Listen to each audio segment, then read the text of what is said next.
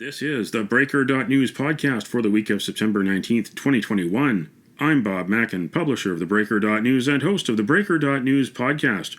Welcome to edition number 204. The Breaker is your source for news, opinion, and analysis about British Columbia issues, institutions, and influencers. Later, I'll tell you how you can support the Breaker. On this edition, headlines from the Pacific Rim and the Pacific Northwest. The Is It Just Me commentary.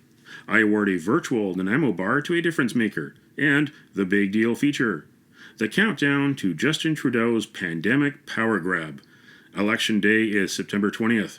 Guest Duff Conacher of Democracy Watch on why it's bad for both public health and public confidence in government. And Mario Canseco of ResearchCo gazes into his crystal ball. We may not have a winner on September 20th. But first, is it just me?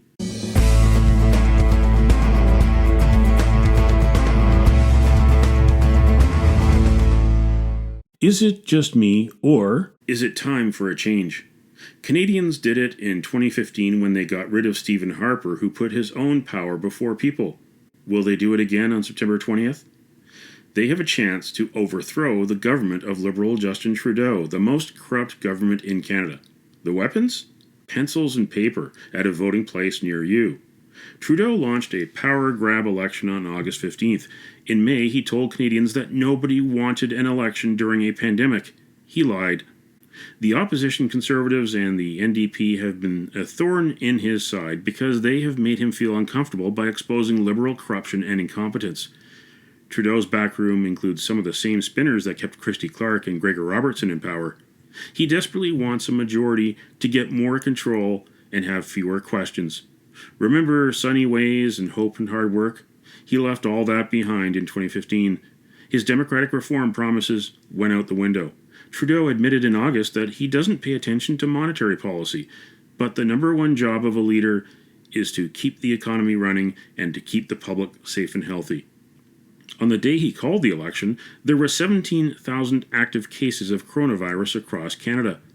As of September 17th, there were more than 44,000. 669 Canadians have died from the virus since the election was called. The election was not required until October 2023. Justin Trudeau doesn't really care about seniors, the disabled, Indigenous, or the poor. He cares about himself. Maybe it's time for a Prime Minister O'Toole or a Prime Minister Singh. It's time for a peaceful revolution. Use your pencil and paper on September 20th. What do you think? Email bob@theBreaker.news. This is the Big Deal feature on the Breaker.news podcast. On September 15th, International Democracy Day, Democracy Watch and Integrity BC founder Wayne Crooks filed a case in federal court to contest Prime Minister Justin Trudeau's snap pandemic election. The next election was supposed to be in October 2023, but on August 15th, Trudeau chose an election for September 20th of 2021. Last May, he said that nobody wants an election in a pandemic, and he voted against the idea of such an election with members of all parties. My guest this week is Duff Conacher, co-founder of Democracy Watch. Duff, we're used to politicians saying one thing and doing another on so many different policies, but what does it do to the public trust and confidence in our system when a politician, a leader like Justin Trudeau, says that public health is more important than politics and then does a major flip-flop like he did on August 15th? Justin Trudeau actually denied in mid-July when he was asked whether he was traveling the country as a pre-election spending spree to essentially try and buy votes of Canadians with their own money. And he denied that. He said, no, we're just making announcements dealing with the COVID situation and with other programs, and said it was not at all about an election. And then a month later called an election. He didn't bring in the fixed election date law. That was Harper in 2007. And then he broke the law in 2008 by calling a snap election his own law. And Democracy Watch challenged that in court. And what Trudeau did do, though, is vote along with MPs, as you mentioned, 327-1 against having an election during COVID. And that was at the end of May. So to have him reverse that And really, the only reason was because the Liberals were up in the polls in a region where they could possibly get a majority. He offered other reasons, but they just were not credible at all. None of them actually based on reality. And to see him do that, again, it just breeds cynicism, greater skepticism, turns a lot of voters off, which the Liberals are suffering from now because they've actually dropped in the polls since the election began. And deservedly so, because almost everyone who's examined the whole situation views this as a selfish grab for power by a power-mad prime minister. When Trudeau came to power in 2015, he promised to do government differently. He promised to make government information, which is public information, open by default. He promised 2015 would be the last first-past-the-post election. He was going to reform the system. Both promises broken. The minority parliament after the 2019 election was functioning, and there was no confidence vote before the election was called. Yes, that is central to our system, and it's not specified in the law. It says the Governor General has the right to dissolve Parliament, which, of course, any law has to recognize because it's in our written Constitution, and you can't pass a law that overrides the Constitution. But the Governor General does not dissolve Parliament and call an election without the advice of the Prime Minister. And our whole case is that the section says that each general election must be held every 4 years on the third Monday in October. And the conventions that are incorporated and underlie that, just like conventions are incorporated into every law because they are unwritten and they exist from the traditions, are two things. One, yes, the Governor General has the power to dissolve Parliament, but has not for decades done so without the Prime Minister advising it. And secondly, that the Governor General only does so when a government is operating and has the confidence of Parliament if Parliament votes non-confidence in the government on a major issue like a budget or a speech from the throne. Trudeau, like Harper in 2008, tried to make the case that Parliament was dysfunctional, and he mentioned a couple of bills that he said had not gone through and were being blocked, and they were simply false claims. The Liberals have passed everything that they have proposed, or it was under review when Parliament shut down in mid-June. On the regular average timeline, things don't pass the next day just because the government wants it to pass. In Parliament, usual review lasts 6 months to a year of any bill. And all the bills that he mentioned were on the regular timeline and actually have been delayed by the Liberals not moving them forward and Liberal MPs filibustering several committees, which meant the committees could not review any bills because they were caught up in a Liberal filibuster. And those committees were filibustered by Liberal MPs for months. So the delays were actually all on the Liberal side. And he was just making a false claim in the same way that Harper made false claims in September 2008 that the opposition parties didn't support him. The only judge of that is a vote of confidence. You can't just claim that opposition parties don't support a government. They are there to oppose. So they say things every day against the government. The test of non-confidence is an actual vote, and you can't have a vote when Parliament's closed, and Parliament was closed in August and July, and same as it was closed back in 2008 when Harper called the election. So our case is Parliament wanted to stay open. All the opposition party leaders said that. A majority of MPs voted against having an election, 327-1 against having an election. Why can one MP, the Prime Minister, then call an election? The majority of Parliament, the will of Parliament, should be upheld by the courts in the same way that the British Supreme Court rejected the prorogation, the shutting down of Parliament by the Prime Minister, Boris Johnson, back in a 2019 unanimous ruling where they ruled that prorogation was illegal because parliamentarians, the majority of them, wanted Parliament to be open. And the Prime Minister in that case cannot just shut down Parliament. It's undemocratic and it's illegal. I'm Bob Mackin. This is the Big Deal feature, and I'm continuing with my guest, Duff Conacher of Democracy Watch. We may not know the winner for several days because of counting of the mail-in ballots. Elections Canada had originally forecast there would be 5 million, then it forecast 2 to 3 million, but it now looks like only 1.2 million voters registered for the mail-in option. Elections Canada wanted a longer election, but Trudeau insisted on 36 days. Elections Canada has faced labour shortages. There's fewer voting stations due to the pandemic. There's no voting stations on university campuses, and the mail-in ballot is not as user-friendly as BC's was in 2020. I asked Duff Conacher if this election would also be harmful to democracy.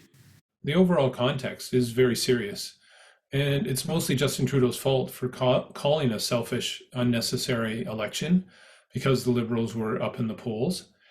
But it's also impartially Elections Canada is to blame for the current situation because they said they were fine and they could hold an election in a pandemic just fine. They did call for more time to be given, but even with more time, I'm not sure whether they would fill the gaps in the jobs and or fill the gaps in terms of polling stations. There's one riding here in Toronto usually has 90 plus polling stations. It's going to have 15. That's not a small difference. And Elections Canada should have known that they were not going to be able to find locations for polling stations because when they didn't know how many days they were going to have to prepare, because they don't control the number of days of the election, how many staff they were able to hire, and how many polling locations they were going to be able to set up. Without knowing those things, they shouldn't have ever answered that question. They should have said, we don't know whether we can do this properly during a pandemic because we've never done it before and we don't know these three key things. So I think there could be cases after the fact of people being denied the right to vote. There were huge problems in Newfoundland and Labrador with people receiving ballots. And there have been court cases that have followed that, challenging that they were denied the right to vote, including cases saying that the actual result in some ridings was changed because of the number of people denied the right to vote. And there's two types of cases that I could see being filed after the election. One, just a case saying I was denied the right to vote because of the system. And two, if enough people were denied the right to vote in a riding and the riding result was close, that people filing a case actually saying that a by-election should be held and the election overturned because of this denial of enough voters a right to vote. You have to prove that the election's close enough and enough people were denied that right in order to force a by-election. But I can see both cases being heard. If it's raining and cold in a bunch of locations across the country, there will be lineups. People will walk away. It's not good what's going to happen on Monday. And Elections Canada's warned of the problems and delays. The only good thing is more people, 18% more showed up to advance polls. And that's good. Those people have voted, but there's another 60 to 70% if we have the usual voter turnout that have not voted yet and will be voting on Monday or by mail-in ballot. And I'm predicting, unfortunately, many more problems on election day and with the mail-in ballots. Do you think that Elections Canada is prepared to protect the integrity of this election from a potential challenge or from a potential foreign influence campaign? We saw what went on in the United States with Russia meddling in 2016 to help Trump get into power. Could we see something like that in this election by people favorable to the Chinese Communist Party to help Justin Trudeau stay in power? Well, the key problem is the speed of response from Elections Canada and the actual enforcement officer who is called the Commissioner of Canada Elections. In terms of disinformation, the commissioner has responded. You had mentioned Justin Trudeau's promise in 2015 to change the election system and end the first past the post system. He made that promise and statement about 2,000 times during the election, never put any conditions on it, and then broke that promise. Democracy Watch filed a complaint, and the Commissioner of Canada Elections refused to enforce the one rule that's in the election law that says by any pretense or contrivance, you can't induce a voter to vote for you or vote against someone else or not vote. And pretense or contrivance, the dictionary definition is false claim. And Trudeau made a false claim. He said that the 2015 election would be the last first past the post election. And the commissioner refused to enforce the rule. He said that it had to be a fraudulent claim. But the word fraudulent is not actually in that rule. It is in BC's law. BC's law said by any fraudulent pretense or contrivance. You can't attempt to induce a voter to vote for you or against you, another candidate. But at the federal law, it doesn't say fraudulent. So that's one problem. He's refusing to enforce, the Commissioner of Canada Elections, Yves Côté is his name. He's refusing to enforce the one rule we have. The other rule just makes false claims about some parts of candidates' history, like whether they have, you can't make a false claim about their education, their profession, whether they've been charged with a crime. It's very limited. It should be much broader. All false claims should be illegal. And when they are coming from a foreign source, whether it's a government or lobby group, the commissioners rolled over in the past on that as well, going back to the 2008 election, when there were robocalls that were false about a candidate in the Saanich Gulf Islands riding in BC. And the Commissioner of Canada Elections investigated, and he rolled over and said, oh, well, the calls came from the US and I can't investigate in the US. He could have, but he just decided to roll over and give that up. And then he let the Conservatives off the hook, even though there was clear evidence that the Conservative Party was behind a national false robocall campaign that happened in the 2011 election. One person was prosecuted, but the party was left off the hook, even though it was their database that was used. So we have a commissioner who is not enforcing the rules that are there, not enforcing them strongly enough, and I don't think has the resources to actually investigate and enforce something in real time during an election. It doesn't help much to find someone guilty a year later if the election results have been affected. It's very difficult for any judge to step in at that point and say, oh, I'm going to overturn an election because this fraud has been found a year later by a commissioner. So the whole system needs more resources. We need more clear rules because the commissioner won't enforce the rules. They need to be broader. And we need more proactive powers for the commissioner to stop things from happening, and the resources to stop things from happening during elections rather than a year or two later. All these things need to be cleaned up, or we have a real threat of dishonest elections that are still vulnerable to interference by foreign powers. That was my guest, Duff Conacher of Democracy Watch. Find out more information at democracywatch.ca. The 44th Canadian federal election is September 20th, but it might take longer to declare a winner due to the mail-in ballots. There are more than 1.2 million of them.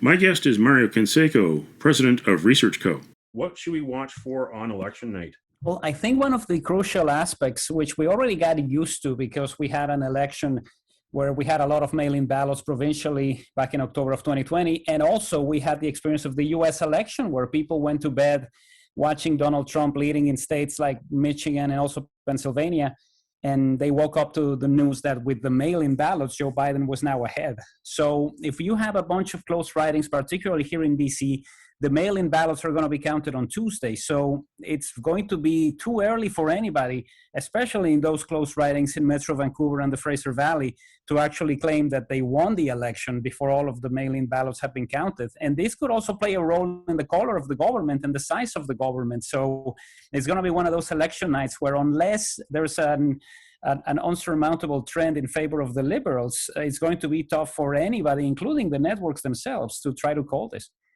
Will the NDP vote stay loyal to the NDP, or will it be a last-minute change from the NDP and the Greens to the Liberals? Well, I think that is the million-dollar question, particularly here in BC. We haven't seen the NDP climbing the charts in Quebec or in Ontario, but in BC, they've done very well. I think there's been a little bit of identification among those people who are happy or are happy still with how the BC NDP government has been handling the COVID-19 pandemic. But it's definitely problematic because in a way you could point to the Liberals if you're happy with the way the vaccination rollout happened, or you could point to the Liberals if the environmental policies are the things that you care about, especially because of Andrew Weber's endorsement. There's always a difficulty for the NDP to sustain the level it has, particularly here in British Columbia in the final stages of the campaign. The last time around, a lot of people were expecting them to be closer to 20%, and they ended up getting 16%. So that is one of the situations that we need to watch out for. Will we have a lot of voters who are thinking of voting for the NDP and end up choosing the Liberals because they fear a conservative government? Aaron O'Toole has positioned himself as a red Tory. you think that'll push more voters to Maxime Bernier and the People's Party? Well, it certainly gave Justin Trudeau an opportunity to try to connect emotionally after the incident we had with the gravel, after the screams that he was subjected to when he was in British Columbia being interviewed. It allowed him to establish that emotional connection of I'm the one who's doing my best. I don't think this is the way this should be happening. There's definitely people who are dissatisfied with the fact that we have some of these protests happening. And to me, that is the big wild card on election day. You know, we know that the People's Party voter is not particularly in favor of vaccinations or masks. Are they going to go through the trouble of wearing a mask and casting a ballot on Monday? Or did they have the wherewithal to request their ballot a few weeks ago and then sent it in? That is one of the major issues here. Now, if we look a little bit into the future, if we start to have conversations about whether we should change the electoral system, this is going to be one of them. Do you really want a situation where the People's Party can get 7 or 8% of the vote and therefore get 7 or 8% of the seats? So we will see where that situation ends up, but it could certainly hurt Erin O'Toole in some of those close ridings. What do you think that will be the result of this election? Well, I think what we've seen from the Liberals is the fact that support has come back in Ontario. Quebec, we've seen a little bit of a search for the Bloc. Atlantic Canada seems to be well in hand. They're not going to get a lot of seats in Alberta or in Manitoba or Saskatchewan. It's ultimately about defending territory here. And, you know, there's a couple of seats that are certainly at play. But at this stage, they look well poised of getting a minority government unless something really changes drastically over the next couple of days. The main situation in BC is that because the three parties were essentially tied just a few days ago, we could wind up with the NDP ahead of the Conservatives, but not getting a lot of seats because of the breaks, or with the Conservatives winning, but who knows exactly how many seats they are going to get. They could actually have a higher share of the vote, but not get the seats if in specific ridings we see the People's Party creeping in. So it's going to be a long election, and certainly one where a lot of seats in British Columbia are not going to be decided until we count all the mail-in ballots. That was my guest, Mario Canseco, president of ResearchCo. Justin P.J. Trudeau. No! Sunny ways, my friends, sunny ways.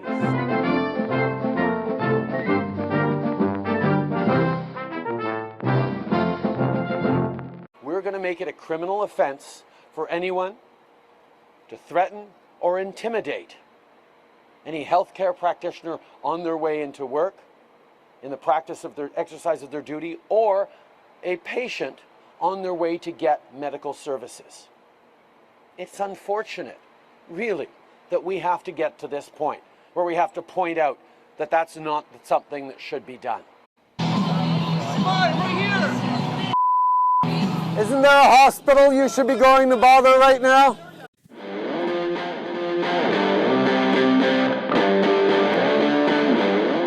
Now it's time on the Breaker.news podcast for Around the Rim. We look at news headlines around the Pacific Rim. In Kyoto news, Japan's top COVID-19 advisor says peak of fifth wave over. Shigeru Omi told the House of Councillors Health Committee that the peak of the fifth wave has largely passed, but warned that a close eye must still be kept on the country's overburdened medical system. Omi attributed the downtrend in infections to progress of vaccinations, reduced foot traffic, suspension of alcohol in dining establishments, and a high rate of mask wearing.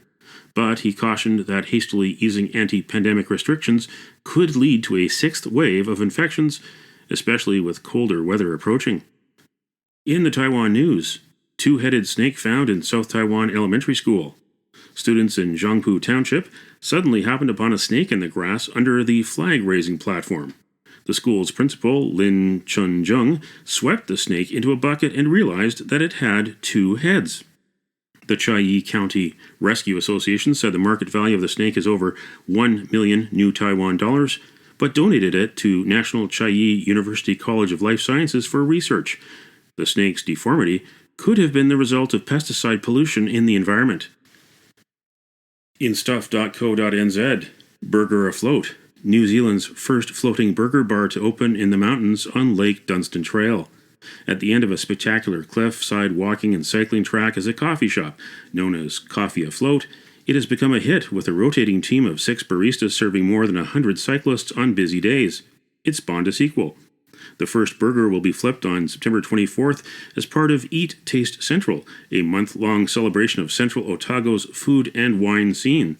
The burger bar, known as Burger Afloat, will sit on a new boat next to the existing coffee barge. That's Around the Rim on this edition of the Breaker.news podcast.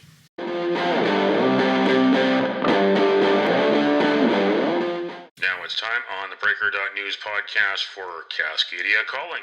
We look at news headlines around the Pacific Northwest. In the Oregonian, New York-based transit company to launch rapid Seattle to Portland routes, but only on holidays. The company, called Our Bus, will launch as a holiday service offering 3-hour and 20-minute trips on days with a high volume of travelers. The service will run on Indigenous Peoples Day, October 11th, and again on Thanksgiving and Christmas. The service will cost $25 per one-way ticket, which is $3 cheaper than a Greyhound ticket for the same route, and about $10 cheaper than the cheapest Amtrak train ticket from Seattle to Portland. In the Olympian, residents voice frustration about lack of police response to violent downtown clash. The Olympia City Council heard multiple complaints from residents, a business owner, and a city council candidate about the lack of police presence downtown when the Proud Boys and anti-fascists, or Antifa, violently clashed in the streets on September 4th.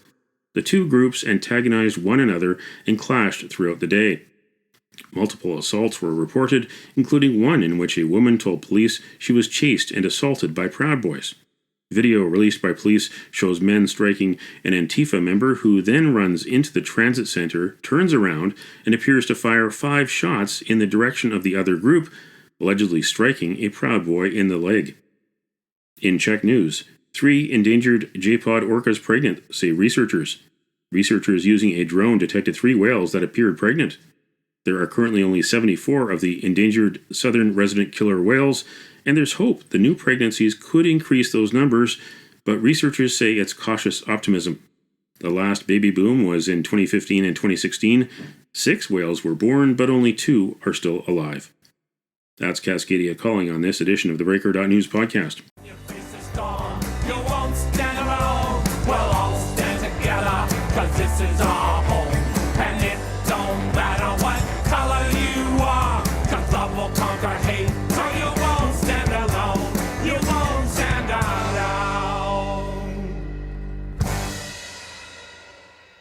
The virtual Nanaimo Bar, brought to you by Spruce Hill Contracting. Every week we end the Breaker.news podcast on a tasty note by awarding the goodness of a virtual Nanaimo bar to people making a difference.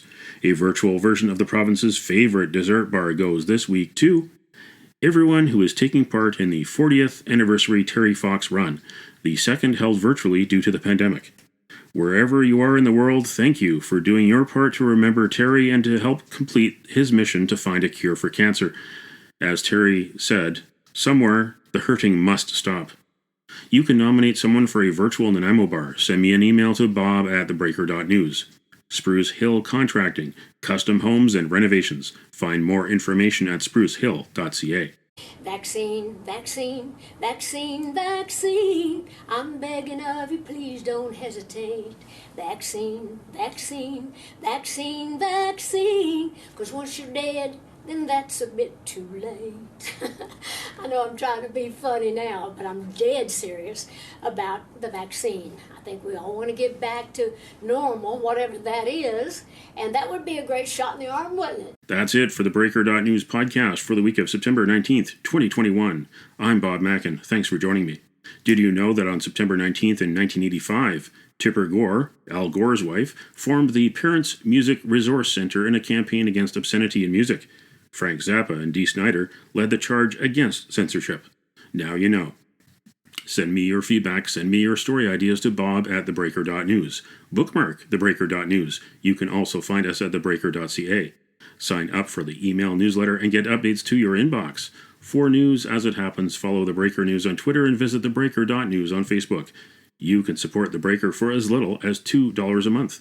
For more information, go to patreon.com/thebreakernews. That's patreon.com/thebreakernews. Get out and vote. Until next week.